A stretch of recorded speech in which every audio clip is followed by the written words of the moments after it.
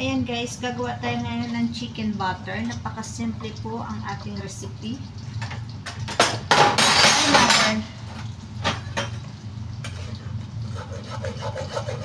Sandali lang guys. Pause muna natin. Ayan po yung ating chicken breast. Ayan, magluluto tayo ngayon ng ating chicken butter. Ayan guys, minarinate ko lang siya ng ginger, more ginger brush, garlic fresh. Lahat po ay fresh ang nilagay ko, lemon juice. Ayan. At yung ating masala mix from India ingredients. Ayan yung mga spicy nila. Ayan po. Meron tayong ditong cumin powder, coriander powder, chili powder, curcum powder, meron din silang turmeric powder, ayan, ground cumin, at saka yung ating dried mango powder, red chili, at saka garam masala, at saka yung black cardamom powder. Ayan guys yung ating nilagay dito. Ayan, minarinate ko lang siya ng 1 oras. Ayan guys, ito na yung ating pan. Ayan. Ngayon ay ilalagay ko dito yung ating minarinate. Ayan.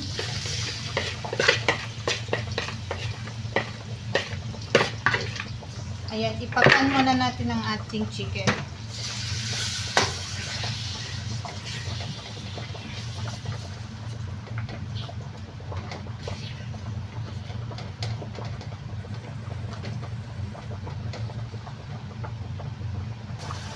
Ayan na guys, pwede na natin baltaran ang ating chicken.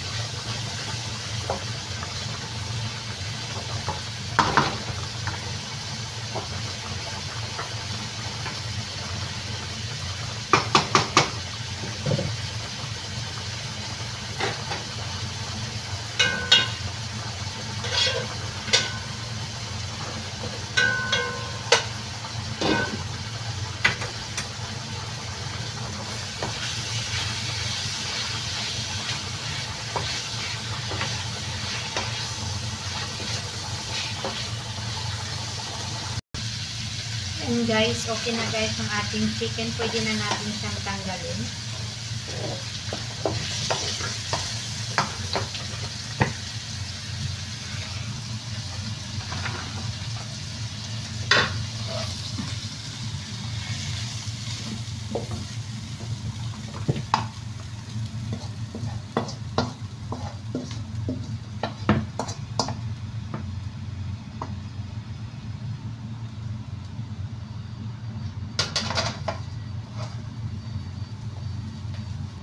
Ayan pala guys, hindi na natin nahugasan ang ating pan.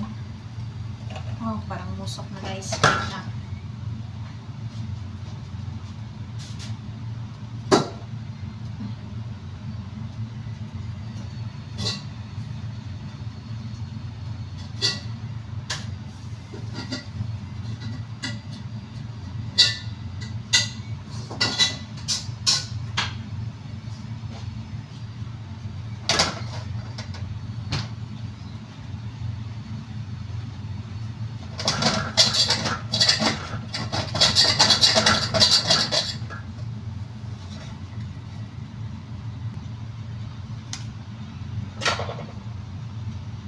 Ayan guys, maglalagay tayo ng butter ulit.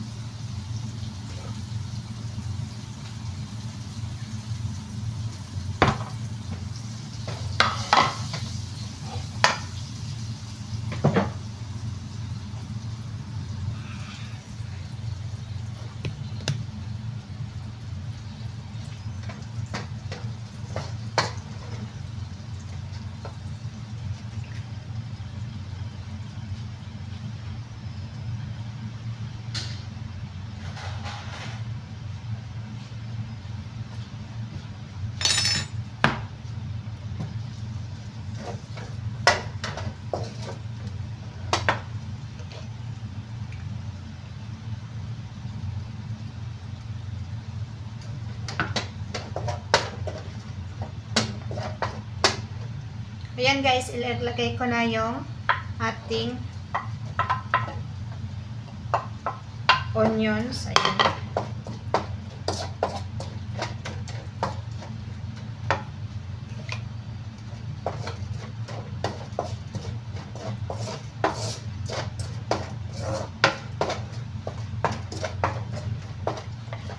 Yung ating ginger, ating garlic. Ayan guys, sabay-sabay ko na.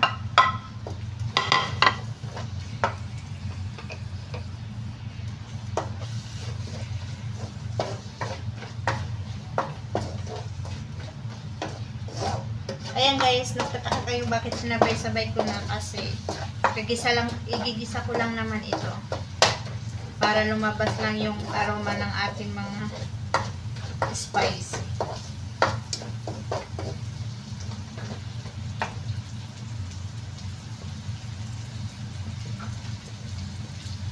Ayan, maglalagay tayo ng 1 Maggi cubes. Isa lang muna guys, para hindi maalat. Tapos yung spicy kanina na pinagmarinate ko sa ating chicken ay maglalagay tayo dito paunti-unti para talagang yung lasa ng ating butter chicken cream.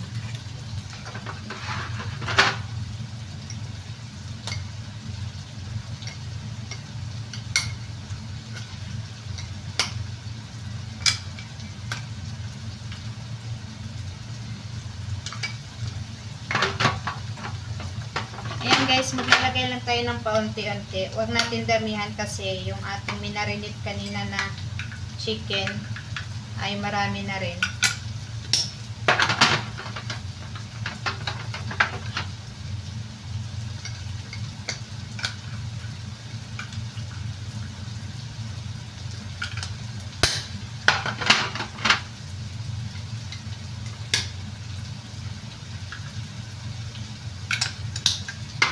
Yung mga ingredients, mga spicy guys, ni-repeat ko lang dito sa ating pan.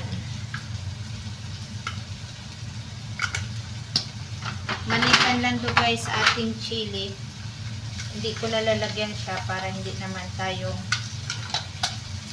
masyadong anghang ang ating ginawang chicken butter.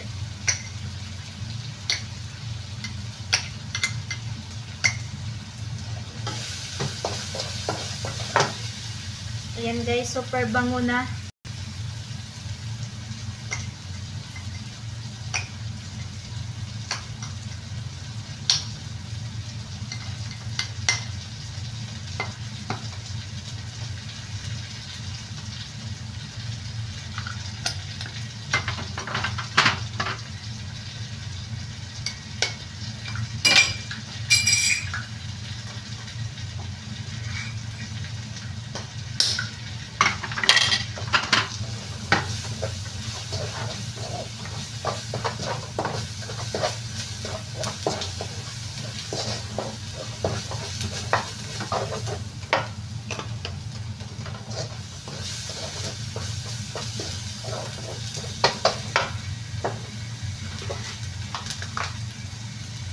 Ayan guys, meron tayong ayan, chicken butter cooking sauce. Ito yung ilalagay natin dito guys.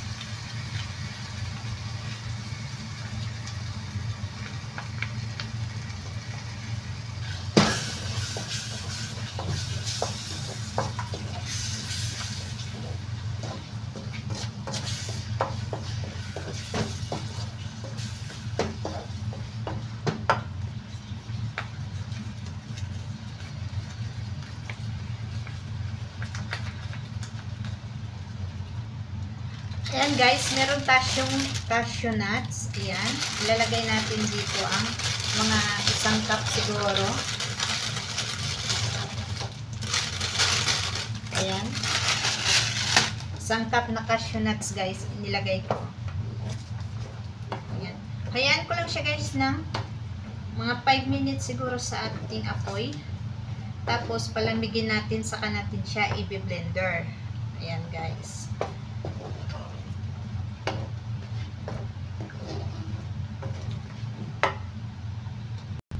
Ayan na pala guys. Ayan, hindi ko na pinakita sa inyo kung paano ko blender kasi makapiright pa tayo sa ingay ng ating makina. Ayan na, i-blender ko na nga po siya.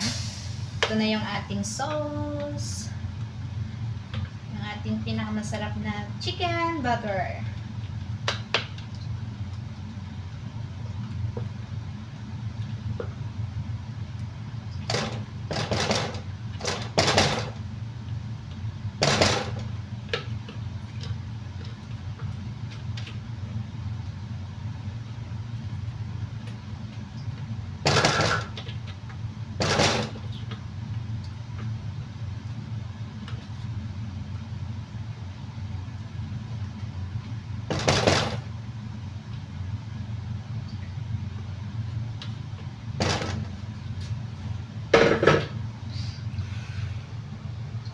Ayan guys, parang madilim pa yung kita ng aking.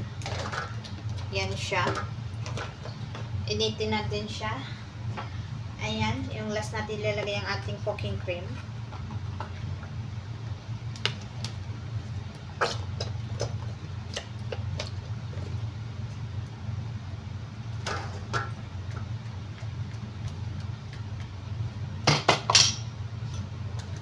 Ayan, i-mix-mix natin habang hindi pa mainit.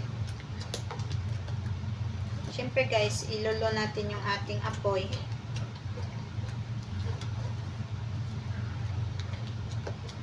Ayan, mag-additional tayo ng 1/4 na butter.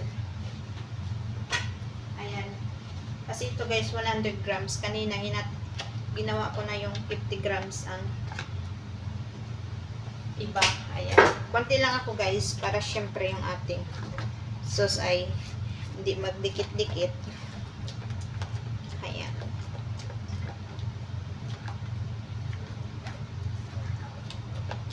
Ayan guys. Pag nahalo na natin guys, ilagay na natin yung ating chicken na nilagay kanina sa pan. Tapos, yung ating apoy ay ipalo lang natin talaga para yung ating chicken ay maluto pa at saka hindi masunog ang ating sauce din. Ayan guys, ihulog ko na nga pala ang ating chicken.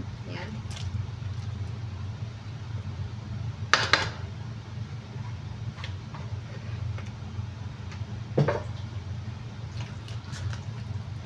Ayan guys.